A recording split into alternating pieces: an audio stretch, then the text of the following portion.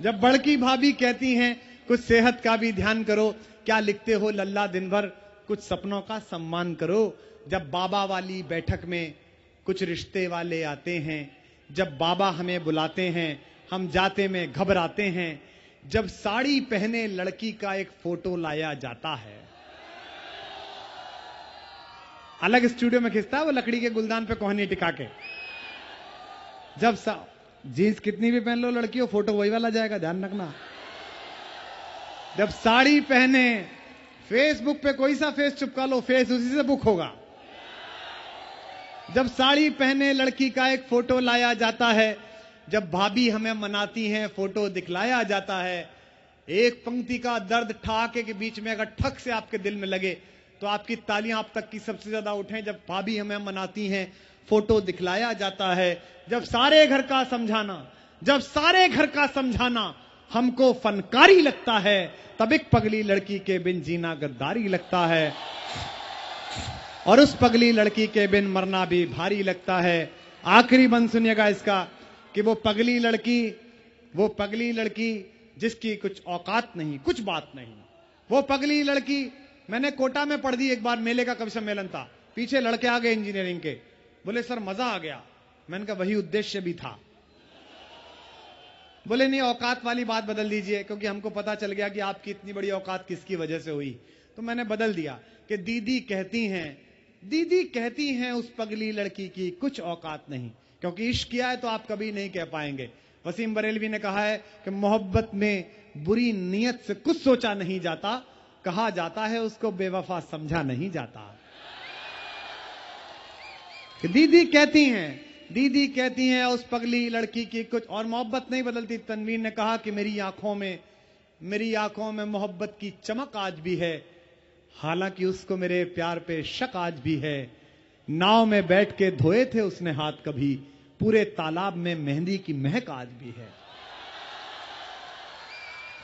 दीदी कहती हैं उस पगली लड़की की कुछ औकात नहीं, उसके दिल में भैया तेरे जैसे प्यारे जज्बात नहीं। वो पगली लड़की मेरी खातिर 9 दिन भूखी रहती है, वो पगली लड़की मेरी खातिर 9 दिन भूखी रहती है। चुप चुप सारे व्रत करती है, पर मुझसे कभी ना कहती है। परसों ही गया एक तो व्रत।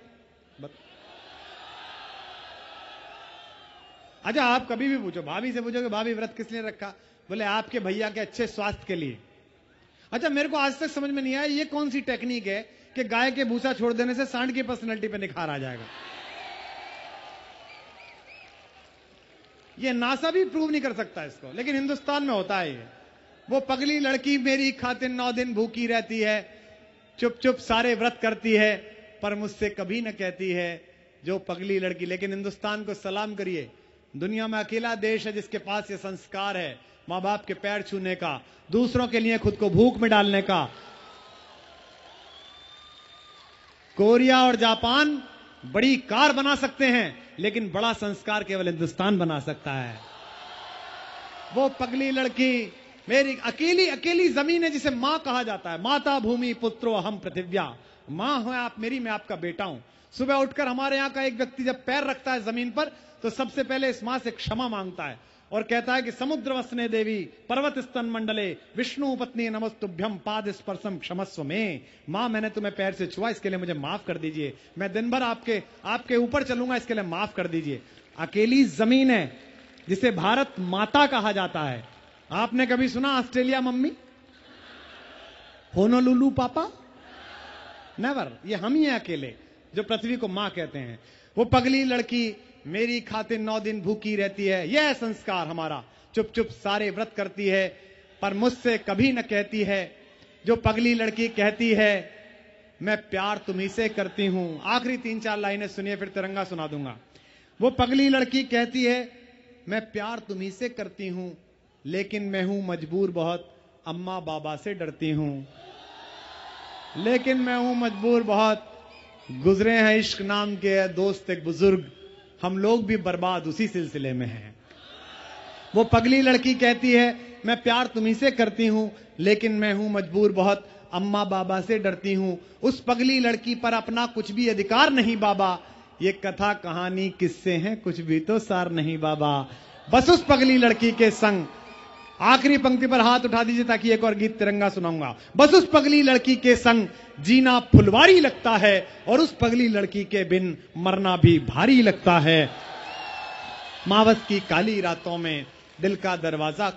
दोस्तों, हम उत्तर प्रदेश में कई बार सोचते हैं कि हमारे पास क्या संस्कार है। पूरे भारत के पास 16 संस्कार है, हमारे पास एक है, अंतिम। अभी मैं गया था लखनऊ, मेरे पड़ोस में एक अंग्रेज आके बैठा दिल्ली से। उसने मुझसे कहा कि आप तो कुमार विश्वास हैं। अच्छा, मैंने कहा वहां तक बात पहुंच गई? बोले नहीं, मैं जवाहरलाल विश्वविद्यालय में हिंदी का प्रोफेसर हूं, अब मैं यहीं रहूंगा, भारत का नागरिक बनूंगा। मैंने कहा बधाई हो, 3 राज्यों से बच के रहना। बोले कौन कौन से? मैंने कहा हरियाणा, उत्तर प्रदेश और पंजाब। बोले ये भारत नहीं है क्या? मैंने कहा नहीं, ये महाभारत है। बोला हाउ आई विल रिकॉग्नाइज, मैं पहचानूंगा कैसे? मैंने कहा 9 घंटे का सफर है, मैं तेरा ओरिएंटेशन करवाऊंगा, चिंता मत कर। वो थोड़ी देर बाद एक चौधरी साहब आए हरियाणा के, मूछ लंबी वाली। मैंने कहा देखिए हरियाणा है। बोले बात कैसे शुरू करूं इससे, हाउ टू इंटरेक्ट? मैंने कहा इससे बात करने की जरूरत ही नहीं है, मूछ पे 3-4 बार ताव दे, ये खुद ही बात करेगा तेरे से। अंग्रेज ने 4-5 बार ताव दिया, चौधरी उठा और 2 लप्पड़ मारे। बोला सिसरे का खेत है नहीं और हल चला रहा फालतू में, मूछ है नहीं वैसी हाथ फेर रहा है, हमने जो रख रखी है वैसी रख रखी है। बेचारा पिट गया। थोड़ी देर में सरदार जी आए सामने से, बाथरूम में से निकल के, टॉयलेट में से। मैंने कहा देखिए पंजाब है। बोले हाउ टू इंटरेक्ट? मैंने कहा कुछ नहीं करना, इससे पूछ के 12 बज गए क्या? उसने सरदार से पूछा सरदार जी 12 बज गए क्या? सरदार जी ने उठा के मारा, वाहे गुरु जी दी फतेह, वाहे गुरु जी दी। सरदार खुददार होते हैं, सभी मनमोहन सिंह थोड़ी होते हैं।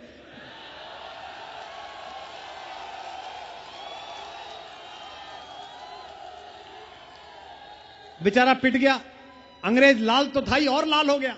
मुझसे बोला horrible, terrible, these 2 states are very horrible. अगर ये दोनों इतने बदमाश हैं तो यूपी कैसा होता होगा? मैंने कहा कि पिटवा कौन रहा है?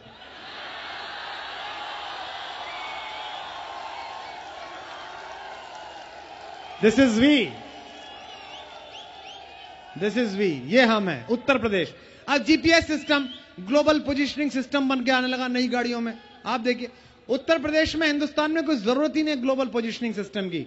बंबई से कलकत्ता, अरे सुन, वंस मोर के चक्कर में बेटा 125 करोड़ हो गए। सुन, बंबई से कलकत्ता गाड़ी चलती है, उसमें जीपीएस सिस्टम की जरूरत ही नहीं है। ट्रेन बताती है कि वो कहां चल रही है। सब अपनी रिजर्वेशन की सीट पे लेटे हुए हों, एक आदमी फालतू ना हो, कोई बोल ना रहा हो, इसका मतलब गाड़ी महाराष्ट्र में है। थोड़ी देर बाद आगे एक आदमी आए, दयनीय सी मुद्रा बना के भाई साहब सूरत तक बैठ जाऊं क्या? समझ जाइए गाड़ी गुजरात में प्रवेश कर गई है। थोड़ी देर बाद एक और आदमी आए, पूछे आपसे कि भाई साहब मैं जरा बैठ जाऊं, मुझे भोपाल तक जाना है, समझिए गाड़ी मध्य प्रदेश में है। थोड़ी देर बाद एक आदमी आए, आपसे पूछे ना कुछ करे, आपका सामान थोड़ा परे सरकाए और बैठ जाए,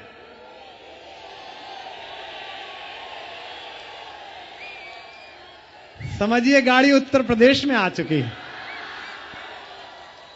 थोड़ी देर बाद आप बाथरूम जाएं, लौट के देखें कि आपका सामान गायब है और एक आदमी लेटा हुआ है और गाना गा रहा है कि बगल वाली जान मारे ली सजना। समझ लीजिए गड़िया बिहार में प्रवेश कर चुकी है जी। ये है हमारा ग्लोबल पोजीशनिंग सिस्टम जो हमने बनाया है, स्पेशली वी डिजाइंड इट। अच्छा, ऐसा हुआ क्यों? ऐसा इसलिए हुआ, ये इंस्टीट्यूट तो बहुत अच्छा है, नॉलेज पार्क है, हर तरफ नॉलेज ही नॉलेज है, बाहर निकलो तो नॉलेज खड़ी मिलती है। यहाँ तो परी चौक पे तो इतनी नॉलेज है कि आंख खुल जाती है एकदम, कितनी नॉलेज चारों तरफ एकदम।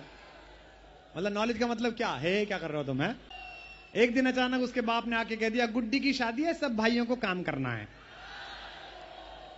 और अपन उसी लिफाफे में कन्यादान देके आए जो प्रेम पत्र देने के लिए लेके आए थे।